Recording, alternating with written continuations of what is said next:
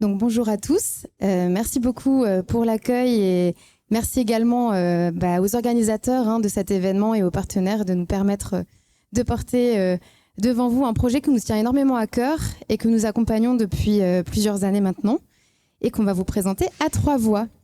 Voilà. Donc moi rapidement, je suis Coralie Welch, je travaille au syndicat des eaux et d'assainissement Alsace-Moselle et je présenterai ce projet également avec Sébastien Boyer de l'Eurométropole de Strasbourg et puis Pierre Bonneau, directeur de FRD Codem. Alors simplement, pour vous présenter rapidement ce projet, nous, en fait, avec Sébastien, on fait partie de collectivités territoriales gestionnaires de captage d'eau potable. L'Eurométropole a également d'autres compétences, notamment tout ce qui est sur les enjeux bâtiments aussi et alimentation. Et il se trouve que dans notre territoire, notamment en Alsace, plus précisément dans le Bas-Rhin, on a de nombreux captages d'eau qui sont classés prioritaires. C'est-à-dire que nous, notre rôle en tant que collectivité, c'est d'apporter de l'eau de qualité aux habitants d'un territoire. Pour autant, on a des fois des captages où on détecte des sources de pollution. Et donc notre rôle est de trouver des actions concrètes en préventif afin de continuer de pouvoir distribuer une eau de qualité sans avoir à devoir faire du curatif qui a malheureusement un coût important. Alors on a une chance, c'est qu'on se situe au-dessus de la plus grande réserve d'eau d'Europe, la nappe phréatique rhénane, donc qui permet d'avoir une eau qui est globalement préservée par le sol, bien que toutefois on puisse avoir, pour cause de pratiques sur le territoire, certaines zones un petit peu plus contaminées que d'autres. Et donc on va essayer de trouver tout un tas de boîtes à outils et d'actions pour, avec l'ensemble des partenaires du territoire, trouver des solutions de prévention. Parmi cette boîte à outils, il y a l'enjeu des filières.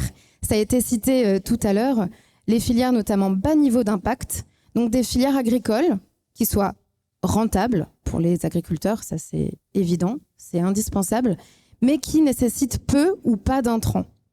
Et alors en l'occurrence, le chanvre est vraiment une plante qui a de nombreux atouts et qu'on essaye de développer depuis plusieurs années. Alors vous avez sur les cartes les secteurs à enjeux hauts de nos 2 collectivités partenaires.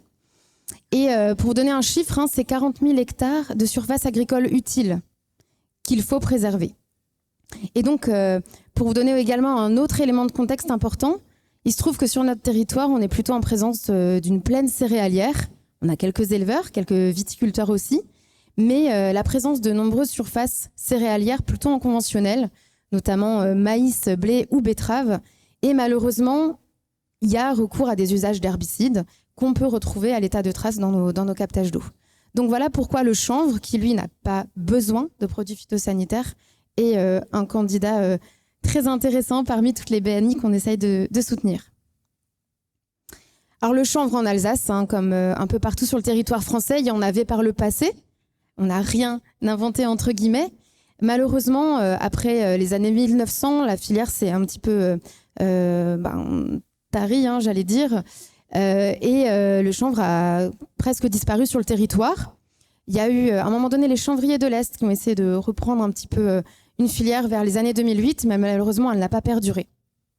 Et il se trouve qu'en 2018-2019, on a été d'abord contacté par un acteur de l'agroalimentaire, monsieur Olivier Hartz, qui souhaitait revoir le chanvre pour la filière graines alimentaires, donc plutôt une filière plutôt axée agriculture biologique avec des débouchés pour l'alimentation. On a eu jusqu'à 60 hectares qui ont commencé à émerger en Alsace centrale, mais malheureusement, à ce moment-là, aucune valorisation pour la paille, la chènevotte, la poussière. Et donc, il y a eu l'idée de s'associer avec nos 2 collectivités et un tas de partenaires qu'on va vous présenter pour porter une étude, pour essayer de voir la faisabilité d'une filière matériaux biosourcés en complément de tous les autres débouchés qui devront exister. Et on a eu la chance d'avoir en prestataire de cette étude des acteurs de qualité, et notamment FRD Codem, qu'on remercie encore pour vraiment la qualité du travail qu'ils ont pu apporter, en complément aussi avec CréaSpace, et puis également avec la Chambre d'agriculture d'Alsace. Et avant de tout de suite passer la parole à mes collègues, on vous a remis à titre indicatif un petit peu la méthodologie qui a été mise en place avec différentes phases. Notre étude, elle a commencé en 2022 avec l'enjeu d'avoir une phase de diagnostic pour nos élus, pour les agriculteurs, pour nos partenaires techniques, pour nous, comprendre l'état de l'art, les facteurs de réussite et d'échec des filières qu'il y a eu par le passé, qu'il y a aujourd'hui ailleurs en France ou en Europe. Et puis, une étude agronomique des sols, du matériel agricole à disposition. Et enfin, une étude de l'offre et de la demande en matériaux biosourcés, là précisément dans l'étude aussi pour le bâtiment, combien on peut rénover ou construire de logements avec du chanvre pour combien de surface. Une fois de cette phase de diagnostic qui a été faite et qui pourra vous être détaillée notamment par Pierre Bonneau, on a eu une phase d'atelier de travail. L'idée de mettre en relation les acteurs entre eux, de faire co-construire un plan d'action avec l'ensemble des acteurs de la filière, idéalement de A à Z, et des axes qui se sont distingués sur à la fois de la production, la transformation, la commande publique, mais aussi la formation des artisans. Pour enfin aboutir à un plan d'action, pareil, je ne vais pas trop détailler précisément maintenant, il se sera présenté un peu plus tard, mais un plan d'action ambitieux, co-porté par différents acteurs. Et enfin, on a eu également la chance d'aller voir sur le terrain, et ça a été vraiment très important, avec une délégation alsacienne des écosystèmes chanvriers ailleurs en France. On a pu avoir la chance d'avoir des élus, des agriculteurs, des architectes, des personnes de la commande publique qui sont venus voir, et on remercie encore tous les acteurs qui nous ont accueillis pour voir ce qui se passait dans d'autres chanvrières avec d'autres acteurs, notamment dans l'Aube et en Seine-et-Marne. Et puis l'idée enfin de pouvoir porter une charte, mais je vous en dis pas plus. Je passe tout de suite la parole à Pierre Bonneau, ça vous sera présenté par la suite. Merci Coralie. Alors je représente le consortium qui a répondu au marché public de réalisation. Et on a répondu à cet appel à projet tout simplement parce qu'on était dans une logique de territoire qui à l'époque avait 15-20 000 hectares de captage en eau potable à protéger. Et au cours des années de collaboration, le territoire est passé à 30 000 puis 40 000 hectares. Donc c'est une problématique majeure de protection de la ressource en eau sur ce territoire, où les acteurs agricoles eux-mêmes parlent de quasi-monoculture de maïs, historiquement, et d'un territoire qui pouvait avoir des opportunités en matière de construction et de rénovation. Pour que vous ayez une idée, la moitié des architectes du Grand Est sont basés en Alsace. Donc il y a à peu près 2000 architectes en Alsace. C'est là où se passe la dynamique de construction et de rénovation en région Grand Est. Alors, dans ce cadre-là, on s'est associé avec deux partenaires. Un partenaire qui connaît bien le territoire, la Chambre d'agriculture d'Alsace, et CreaSpace, qui est spécialisé en appui et de développement économique des collectivités territoriales. Si le pôle européen du chanvre a été créé à l'époque, on n'était qu'en phase de préfiguration grâce au GPUI, on aurait répondu bien évidemment avec le pôle européen du chanvre. Parce que la question, c'était d'abord, est-ce que théoriquement, on peut implanter une filière? Et quand on doit protéger 20 000 à 40 000 hectares, c'est pas 50 hectares, 100 hectares, 200 hectares d'une filière courte. Et est-ce qu'il y a des vraies opportunités de marché? Dans le chanvre, on doit tout valoriser simultanément, et en particulier dans le bâtiment. Donc tout l'enjeu a été d'expliquer ce qu'était une filière chanvre, parce que quand on enlève le cas particulier de la chanvrière avec 13 000 hectares, c'est l'année dernière, les chanvrières en France, c'est autour de 1 000 à 3 000 hectares, versus 20 000 à 40 000 hectares à protéger. Donc déjà, il faut qu'on parle le même langage entre intervenants et porteurs de la mission. Et l'enjeu était de savoir, est-ce qu'on peut, et on a intérêt à implanter une filière, est-ce que les exploitations agricoles du territoire le permettent? Oui, on peut implanter une filière théoriquement de 1 000 à 3 000 hectares sur le territoire, avec un seuil minimum de 800 à 1 000 hectares, puisque je rappelle que les outils de défibrage ont été conçus pour des tailles minimales. Ça veut dire une capacité à atteindre un certain volume de marché. Il a fallu aussi s'acculturer sur le fait que non, on ne peut pas attaquer tous les marchés avec les mêmes continuums, récolte, décortication, défibrage et affinage. Il faut faire des choix de marché à viser. Le deuxième enjeu qui a été travaillé, c'est de comment développer une filière locale. Alors, estimer le marché de la construction neuve, n'importe qui peut le faire, les chiffres sont publics, le système statistique français est très bien fait.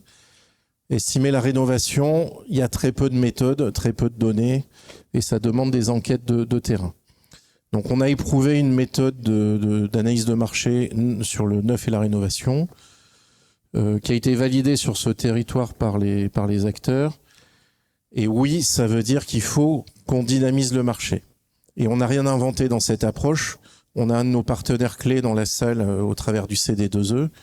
Le CD2E en région de France avec le bailleur social Maison et Cité. C'était cité hier en exemple par Emmanuel Cos, présidente de l'USH, a développé toute une méthodologie pour qu'on sorte de l'approche habituelle où on forme les acteurs du bâtiment qui constatent qu'ils n'ont pas de marché auquel répondre, mais qu'il faut qu'on parte de marchés apportés par les collectivités territoriales, notamment grâce à la commande publique, qui représente 9% des marchés en France, pour après organiser et tirer les filières. Donc on a juste expliqué ce que faisait le CD2E et François-Xavier Olivry, qui est dans la salle, et Maison et Cité, pour densifier et profiter des opportunités offertes par l'Eurométropole de Strasbourg. Et puis, il y a la problématique dans un territoire d'avoir des acteurs qui portent. Alors, c'est une lapalissade dans le milieu agricole, mais si on n'a pas des acteurs qui portent, qui investissent, et c'est l'exemple de toutes les chanvrières qu'on a en France, on n'aura pas d'activité économique, pas de production agricole et pas de transformation. Et c'est un des points clés sur ce territoire. Donc concrètement, sur cette première phase de diagnostic, on a fait une cartographie d'acteurs, 130 en France, 47 en Alsace, 17 interviewés. On a rencontré via la Chambre d'agriculture d'Alsace une dizaine d'exploitations agricoles pour voir l'insertion dans les schémas et typologies d'exploitation agricole. Et dans ce cadre-là, on a fait une trentaine d'interviews d'acteurs du marché du bâtiment pour dimensionner, selon la typologie de bâti en Alsace et sur l'Eurométropole de Strasbourg, les possibilités. Ça, c'était la première étage de la fusée que Coralie vous a expliqué méthodologiquement. La deuxième étape, c'était que le territoire s'approprie la démarche. Et dans ce cadre-là, on a fait 3 familles d'ateliers sur les 3 thématiques majeures. Produire et transformer, qui est l'axe majeur, même s'il y avait de très belles réalisations en filière courte et notamment de valorisation du chêne-vie sur le territoire, soutenues par les 2 structures porteuses de la démarche. Mais il fallait voir comment dynamiser le marché du bâtiment, donc notamment prescription, marché public, et accompagnement à la formation des acteurs, parce que c'est bien beau de pousser les marchés, mais il y a des questions logistiques de formation, d'appropriation. Alors l'objectif, c'était bien de mettre en place une filière à terme, et chacune des familles d'ateliers ont permis de réunir une centaine de participants, vingtaine d'acteurs. L'idée, c'était pas tant de bâtir un plan d'action que de bâtir un plan d'action approprié, basé sur des acteurs du territoire, qui est la démarche choisie par le syndicat des eaux d'Alsace-Moselle et l'Eurométropole de Strasbourg, mais qui est au cœur de ce qu'on fait dans nos actions, et notamment du pôle européen du chanvre, avec cette capacité à animer tous les maillons des filières sur un territoire, cette approche multi-acteurs, multi-secteurs, multi-maillons des chaînes de valeur. Donc l'idée, c'était de faire émerger les thématiques, d'identifier des pistes d'action et de proposer des pistes d'action. Et juste pour finir sur cette vision, avant de donner la main aux conclusions, bon, ça a permis de faire émerger une vingtaine d'actions. Bon, ça fait déjà beaucoup, mais ce sont des thématiques classiques. Si on veut aller loin, il faut avoir une stratégie, la piloter, mais que ça soit pas que le syndicat des eaux et l'Eurométropole, que ça soit les acteurs économiques et de terrain qui s'emparent de cette gouvernance. Ça veut dire progresser, donc ça veut dire communiquer sur les réalisations. Coralie a parlé de déplacement de voyage d'études, donc c'est vraiment faire évoluer un groupe ensemble. Et puis, quand on parle de structure publique à parapublique, il faut des outils d'évaluation des politiques publiques, des retombées. Mais ça, c'est un point clé. Mais on ne peut pas y aller s'il n'y a pas des producteurs, des transformateurs, c'est souvent lié, des marchés, et j'insiste sur l'exemple de Maisons et Cités du CD2E parce qu'il n'y a pas beaucoup d'exemples en France de cette ambition-là. Bon, il y en a d'autres, mais pas avec la même taille. Ça a été cité sur le Gâtinais, le parc naturel du Gâtinais qu'on avait aussi cité en exemple, qui a un historique exemplaire dans le bâtiment au niveau des territoires. Et puis, c'est faire monter en compétences. Donc ça, je vous ai résumé 3 ans d'accompagnement et la conclusion est donnée par Sébastien. Merci. Effectivement, comme le précisait justement Pierre, on avait réussi au travers de l'étude et de l'accompagnement à fédérer tous ces acteurs. Mais on se disait qu'effectivement, pour continuer à avancer ensemble, poursuivre cette dynamique, il fallait qu'on arrive à garder tous les acteurs autour de la table. Donc pour ce faire, on avait déjà engagé depuis 2 ans des réunions multipartenariales à raison d'1 fois par an où on communiquait tous les éléments d'avancée de l'étude et on permettait aussi aux partenaires de communiquer sur leurs réflexions et leurs éventuelles avancées.